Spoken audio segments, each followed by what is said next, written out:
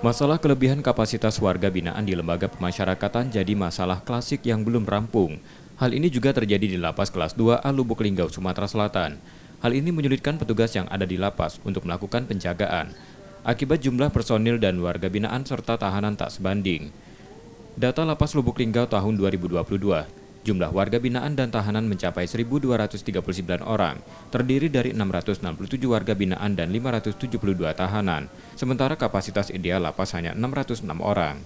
Untuk kondisi lapas saat ini itu sudah over kapasitas, sudah sangat jauh over kapasitasnya.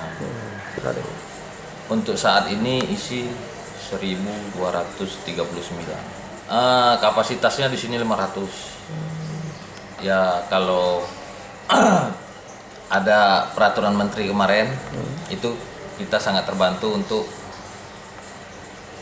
mengurangi overkapasitas, yaitu peraturan menteri yang asimilasi di rumah. Meminimalisir kelebihan kapasitas, Kemenkumham terus melakukan berbagai upaya melalui program asimilasi, pembebasan bersyarat, cuti bersyarat, dan remisi atau pengurangan masa tahanan. Sukma Aldino, Kompas TV, Lubuk Linggau, Sumatera Selatan.